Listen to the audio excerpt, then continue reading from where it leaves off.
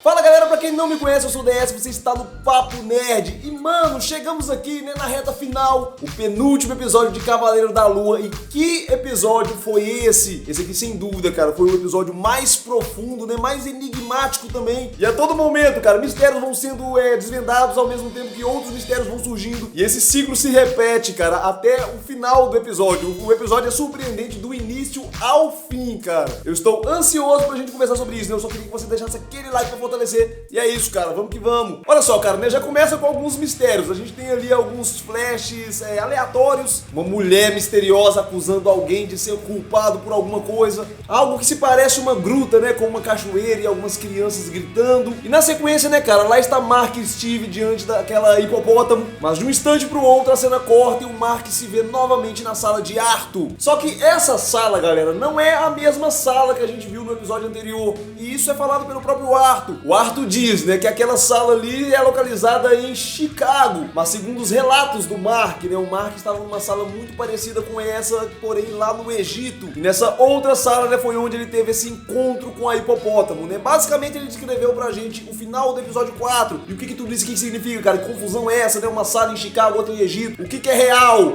Na verdade, nada aqui é real, Pelo menos não exatamente. É tudo uma projeção da mente do Mark. Ele não está aqui fisicamente, mas ao mesmo tempo ele sim está vivendo essa experiência, E vai ficar um pouco mais fácil de entender quando a hipopótamo explicar tudo. Um outro detalhe interessante nessa cena é uma citação a um garoto, O Arthur cita um garoto. E aqui a gente já começa a ligar os pontos, Aqueles gritos de criança no início. E agora um garoto misterioso é citado. Mas durante a conversa, o Mark acaba ficando muito transtornado e eles acabam injetando ali um medicamento, a força na veia dele. E aí voltamos à cena do hipopótamo, cara? É muito difícil de discernir o que é real e o que não é aqui. Basicamente, cara, pra vocês verem que eu trouxe a informação certinha, essa hipopótamo foi confirmada ser realmente a deusa Tueris. E ela revela que sim, o Mark realmente está morto. E basicamente, cara, esse lugar, esse asilo, essa fantasia toda é o Duat, é o submundo egípcio. E exatamente como eu falei, a Tueris está guiando ele exatamente após aquela cena do tiro. E por que o submundo egípcio parece uma ala psiquiátrica? Na verdade, cara, o Duat não pode ser compreendido pela mente humana. Então cada pessoa vai enxergar de um jeito, A mente vai fazer as adaptações segundo o que faz sentido pra essa pessoa. E no caso do Mark, cara, eu acho que faz um baita sentido ele enxergar o Duat como uma ala psiquiátrica, já que o cara sofre, de um transtorno de dupla personalidade. Então, cara, basicamente tudo que a gente viu aqui, tudo que a gente viu no episódio passado não é real. É a forma da mente do Mark enxergar o Duat. Esse Arthur, que aparece conversando ali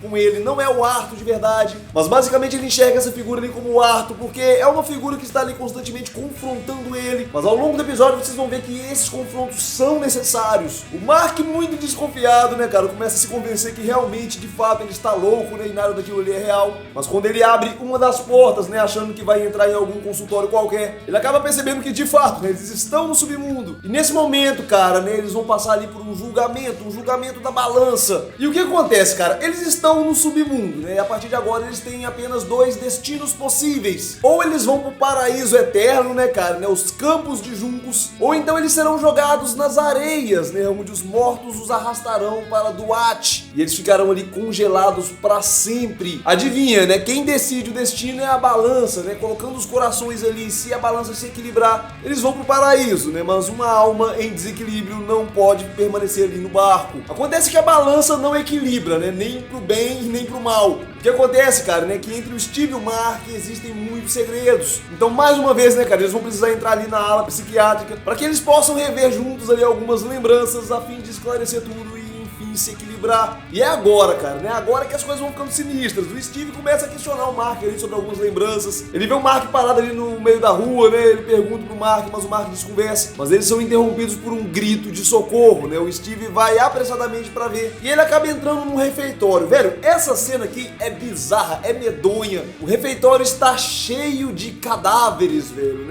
Parece cena de filme de terror. E essas pessoas, cara, basicamente são pessoas que o Mark matou, velho. Todas elas, homens e mulheres. E o Mark se justifica, cara, falando que eram criminosos, eram assassinos. O Khonshu queria puni-los. E o interessante é que o Mark vai citando, a cidade onde ele cometeu cada um desses assassinatos. O Steve até se surpreende, cara? Nossa, você se lembra de todos eles. Mas o Mark tem um coração, Ele diz: tenta tirar uma vida e esquecer. Eu fico pensando, né, cara, pensa no tormento na cabeça desse cara. Ele não é uma pessoa ruim. Nós vamos ver ao longo do episódio, né, cara, o que transformou ele no Mark que a gente conhece hoje. Em cada uma das lembranças, né, cara, em cada uma dessas salas, nós temos ali novamente a balança. E à medida que eles vão se aproximando da verdade, a balança vai se equilibrando um pouco mais. E aí surge uma criança, cara, né, no meio dessa sala repleta de cadáveres. Só que essa criança está viva. Mas é bizarro, né, cara? O que uma criança faz numa sala onde só tem pessoas que o Mark matou? Nesse momento já estava claro, né, que o maior segredo do Mark tinha relação com essa criança.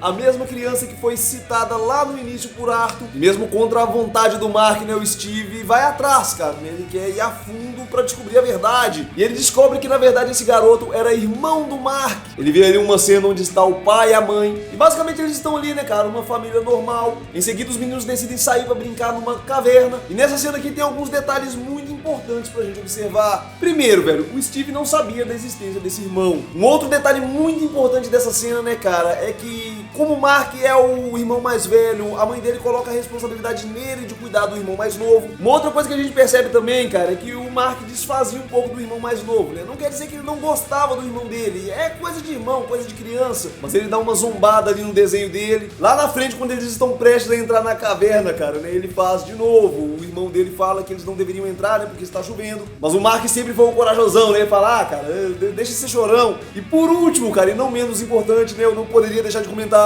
é a brincadeira dos dois irmãos antes de entrar na caverna, né? Basicamente eles vão brincar ali de Russell e Dr. Grant. Pra quem não se ligou, né, velho, o Dr. Grant é justamente o Steve Grant daquele filme que foi exibido lá no episódio passado. Eu tenho falado isso desde o início da série, né, mas ao que parece o Steve de fato é uma fantasia da mente do Mark, né, uma projeção do Mark. Eu acho que aqui nesse momento, né, velho, a gente já imagina o que vai acontecer na sequência. Enquanto o Steve está ali dentro observando tudo, né, a água começa a subir. Ao mesmo tempo o Mark caminha pelos corredores da ala psiquiátrica, né, procurando uma outra forma de acessar essas memórias. E em uma das portas ele se assusta com uma mulher, né, cara. Caso não tenha ficado claro, essa mulher basicamente é aquela mesma mulher que aparece lá no início do episódio. É a mãe deles, velho, né, é a mãe do Mark. O Mark acaba entrando em uma outra lembrança, né, o Steve já está ali todo molhado. E a mãe do Mark lamentando o filho mais novo dela que morreu afogado, cara. E aqui nós temos aquela cena lá do início, né, a mãe de Mark culpando ele pela morte do irmão. O interessante é que já havia sido revelado que o Mark não conversava com a mãe dele, né, a Layla comentou sobre isso. Só que o Steve conversava, né, o Steve tinha um bom relacionamento com a mãe,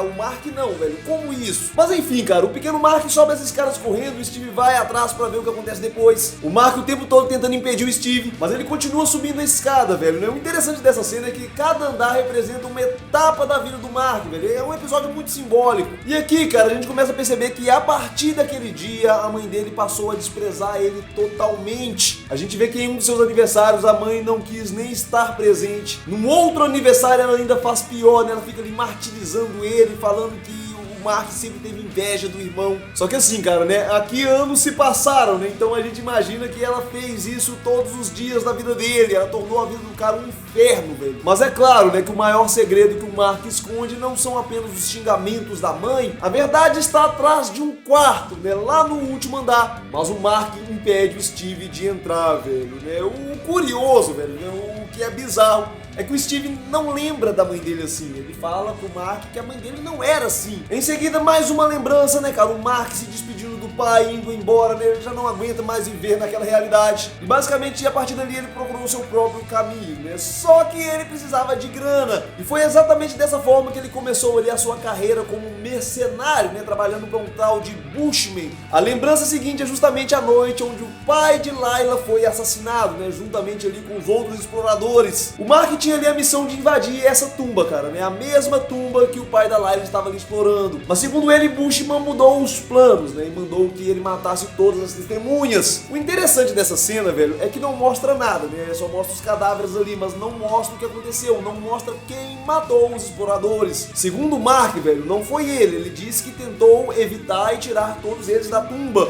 No episódio anterior, né, cara, ele revela que foi um parceiro dele que exterminou todos eles. E o próprio Mark também acabou quase morto. E aí se arrastando, né, cara, em direção à estátua de Khonshu, já quase morto. Ele estava pronto pra se matar, né, eu acho que pra acelerar o processo, ele iria morrer de qualquer jeito. Mas basicamente esse aqui foi o momento onde Khonshu salvou a sua vida, né, cara, né, onde Khonshu fez o acordo com ele ali. Isso aqui já estava bem previsível, né, cara, inclusive eu falei no vídeo anterior que poderia ser exatamente isso que aconteceu nessa noite. Nas HQs, né, cara, aconteceu praticamente dessa forma, com a diferença de que foi os sacerdotes de Khonshu que levaram o Mark até ele. Aqui o Mark se rastejou sozinho, né, mas aqui se inicia um diálogo, né, entre ele e Khonshu, e aqui também nós temos algumas coisas bem interessantes. Khonshu precisava de um guerreiro, né, um avatar. Ele reconhecia o talento de Mark e ele reconhecia também que Mark tinha a mente perturbada, né, uma mente fraturada. O curioso é que Khonshu, velho, acha isso fascinante. Aqui inclusive responde aquela pergunta de Arthur, né, se quando o Mark chegou a Khonshu ele já estava com a mente quebrada, né, e sim, ele já estava com a mente quebrada antes. E o Khonshu entende que ele é um candidato digno de o servir, também batendo com o que o Arthur falou, né, de que o Khonshu se aproveita de mentes fracas. E ele oferece ali, né, cara, a vida em troca dele proteger os viajantes da noite, se vingar daqueles que faria mal a esses viajantes. Parece algo bom, né, mas o Mark fica indignado ao relembrar essa cena.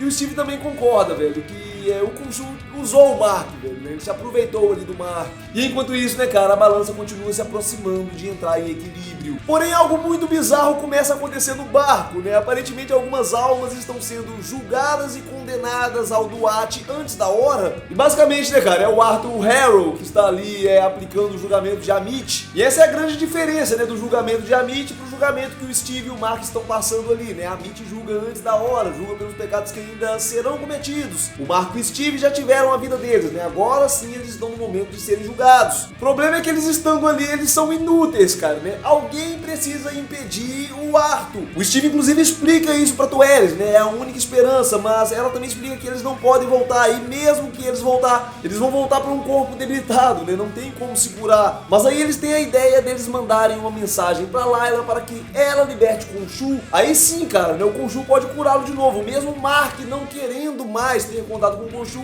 ele também entende que é a única forma. Aqui a gente tá falando de salvar o mundo. E Tueris resolve ajudar, né, cara? Mesmo ela tendo consciência de que Osiris não vai gostar nem um pouco. E além do mais, né, os portões de Osiris são o único caminho de volta. Mas aqui, galera, a gente tem um problema, né? Claro, não vai ser tão simples, né? A balança ainda não está equilibrada. Ainda existe um mistério, né? E o Steve põe na cabeça que provavelmente esse mistério está associado ao quarto. Ele precisa ver o que rolou, né? O Mark diz que não tem necessidade. Ele mesmo pode contar pra ele ali o que rolou. Ele não precisa ver aquilo. Mas o assunto realmente é muito sério, né, velho? O Steve, inclusive, tenta chamar o Mark pra razão. Afinal, cara, vidas inocentes dependem desse equilíbrio. A própria Layla vai acabar morrendo se eles não conseguirem, velho, né? E o Steve usa a seguinte frase pro Mark: será tudo culpa sua. Isso aqui, cara, né, foi um baita gatilho. Por quê? Porque o Mark já carrega a enorme culpa da morte do seu irmão,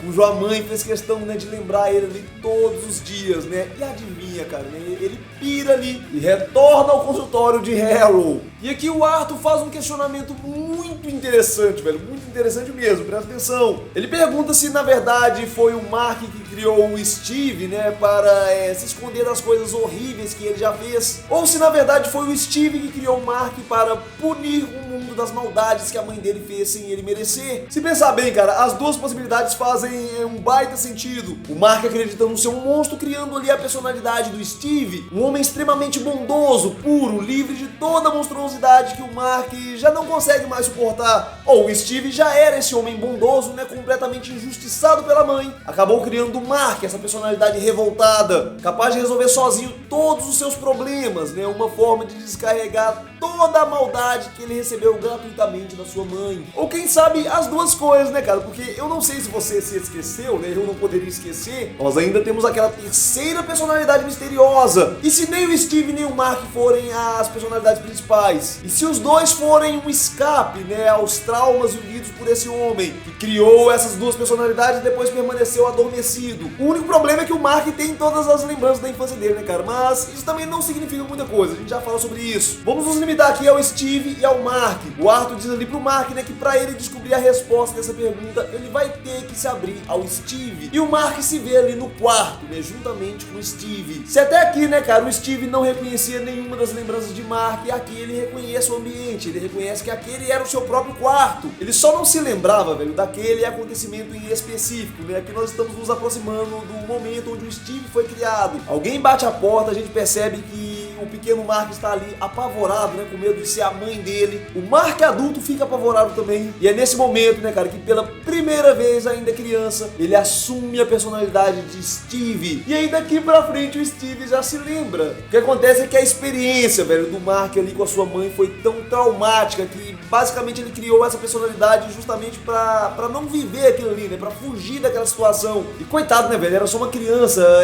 Esse episódio foi muito pesado, cara, né? Essas coisas que o Mark viveu na infância ali foram muito pesadas. É uma série muito profunda, cara, ela é muito bem desenvolvida. Nós não vimos nada desse tipo até hoje na Marvel. E realmente, cara, né, o nível de emoção que eles conseguiram passar pra gente nesse episódio tá um absurdo. Na parede está o pôster do Steven Grant, personagem principal, né, do filme O Caçador de Tumba, né? Um filme que o Mark era fã. No pôster tinha até um slogan, né, cara, né? Quando o perigo aparece, Steven Grant não enfraquece. Ele é forte, né, cara, né? O Mark precisava dessa força. Na sequência, né, uma cena muito triste, a mãe entra no quarto e ela começa a espancar o garoto, enquanto fala que o garoto lhe dava nojo. É triste porque naquele momento ele era o Steve, né? A gente sabe que o Steve é extremamente bondoso e ele não merecia, mesmo o Mark também não merecia, né? Mas essa cena realmente é muito impactante. O Mark tira o Steve dali, né? Ele não quer que o Steve veja, porque o Steve não foi criado pra isso. E talvez você deve estar se perguntando, né? Mas peraí, se o Steve assumiu naquele momento, por que ele não se lembra da mãe dele batendo nele? Eu já explico, né? Um pouquinho mais pra frente a gente vai entender tudo. Nesse momento o Steve entra ali em conflito, né? E com razão. Afinal, meio que ele não existe, né? Ele acreditava ser o original, ele acreditava que era o Mark que estava invadindo o corpo dele. Imagina que bizarro descobrir que você não é real, cara, né? Que você é fruto de um transtorno psicológico. Toda a vida dele foi uma mentira, né? Mas o Mark discute com ele, né? Ele fala que foi muito melhor assim. Pra quem se lembrar de uma verdade onde ele só apanhava da mãe, né? Onde a mãe dele odiava ele. Era muito melhor viver uma mentira, cara. Onde ele cresceu acreditando ser amado. E onde ele também acreditava que a mãe dele estava viva, cara, né? Aqui também foi um choque, velho. Por quê? Porque o Steve conversava com a mãe dele todo dia. Mas não, cara, né? A verdade é que o Steve é um pouco mais louco do que o Mark. A verdade é que ele não tem uma visão real da realidade, velho. Ele enxerga tudo da melhor forma. Por isso ele não se lembra dele apanhando da mãe dele. Ele não lembra de coisas ruins e traumáticas. É pra isso que ele serve, né? Pra ser alguém feliz. Ele só serve pra ser feliz. E aqui eu acredito que a gente chegou onde eu queria chegar, cara. Olha só, presta atenção. Se o Steve cria lembranças, né? Ele se lembra ali de algumas conversas que na verdade nunca aconteceram.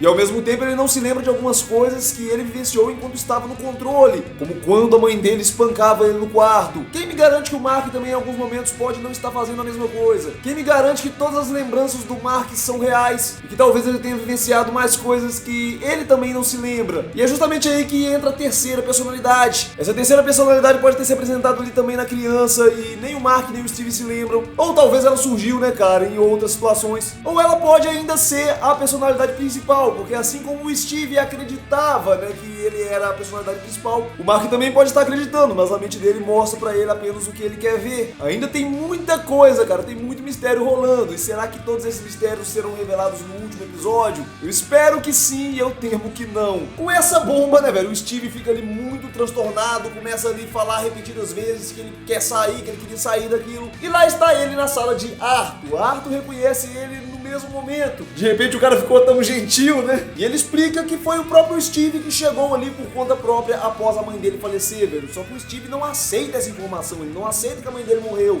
Mas aí o Arthur fala, ok, velho, você tá certo, na verdade eu cometi um engano, né? Eu vou ligar aqui pra sua mãe pra você conversar com ela. Mas aí nesse momento, velho, o Steve reconhece que isso não é possível, a mãe dele está morta. E aí nesse momento, cara, ele se lembra daquela cena na rua, né? Aquela primeira lembrança que ele questionou o Mark. Basicamente ali ele estava na porta do velório da mãe dele, né? Ele não teve coragem de entrar. O Mark está ali sofrendo muito com a perda e mais uma vez, para fugir dessa situação, né, ele assume ali o papel de Steve. O Steve aparece ali todo confuso, né, perdido, sem saber onde está, e imediatamente ele pega o celular dele, né, começa a conversar com a sua mãe. Logicamente agora a gente já sabe que isso não é possível. A mãe dele está ali, cara, num caixão a poucos metros dele, mas ele acredita, né, cara, que está conversando com ela, e ele conta sobre esses apagões que ele tem vivido, né, sobre essas experiências de aparecer em lugares estranhos. E o Steve agora, né, sabendo disso, ele conversa com o Mark ali. O Mark se abre e fala que ele não conseguiu, ele não foi forte pra encarar, ele não deveria ter entrado naquela caverna. Mas o Steve disse que não foi culpa dele, velho, né? Ele era apenas uma criança. E a cena é interrompida, cara, por um tremor, né? E lá estão eles de novo no barco, de frente aos portões de Osíris. E nesse momento a gente imagina que agora que toda a verdade foi revelada, né, a balança está em equilíbrio, certo? Infelizmente não, né? A balança não se equilibra e agora os mortos querem as almas deles. Essa cena aqui surpreende um pouco, cara, porque a gente sabe que o Steve é o mais inteligente. O Mark é o guerreiro, cara, é o lutador. Só que o Mark acaba sendo derrubado e o Steve ficou ali meio sem saída, né? Porém, ele encara, velho, que se ele é o Mark, ele também consegue. E ele realmente foi muito corajoso, né? Ele dá conta dos mortos ali. Porém, quando o Mark quase é puxado por um morto ali pro deserto, ele acaba se sacrificando pra salvar a vida do Mark, velho. Essa cena também é muito triste. Ele acaba congelando nas areias. E nesse momento a balança se equilibra, o Mark imediatamente é levado para os campos de juncos e a porcaria do episódio termina, cara. A bosta desse episódio termina aí. Putz grila, velho, não tinha como gerar mais ansiedade, velho. Esse episódio final está prometendo. Mas só um momentinho, cara, né? Ainda tem uma pergunta pra gente responder aqui, né? Por que, afinal, a balança se equilibrou? Basicamente, cara, porque o Steve não era real. O Mark criou ele ali pra não encarar os seus problemas, né? Pra fugir dos seus traumas, pra não conviver com a culpa. A partir do momento que o Mark se abriu, né? Encarou o seu passado e entendeu que ele não tinha por que carregar essa culpa. A partir disso, cara, o Steve se torna desnecessário e livre de todos esses traumas, né? E agora, sem a personalidade do Steve, Mark está pronto para prosseguir, né? Ele está em equilíbrio. E aí pronto, cara, fim, acabou, né? Nós nunca mais veremos o Steve. Eu duvido que a gente não veja o Steve, cara, né? Pode acontecer de que isso não aconteça no último episódio. É lógico que a gente quer ver ele ali o quanto antes, cara, mas o que eu acredito que pode acontecer é algo semelhante ao que aconteceu lá em WandaVision. Vocês lembram dos filhos da Wanda? O mais doloroso que isso foi, né? A gente descobriu que na verdade eles não existiam. Mas lá no finalzinho, né, cara, né, na última cena, o episódio termina com um indício de que em algum plano essas crianças existem, né? A Wanda vai fazer de tudo pra trazê-los à realidade. Então, da mesma forma, né, cara, eu acho que talvez no finalzinho do episódio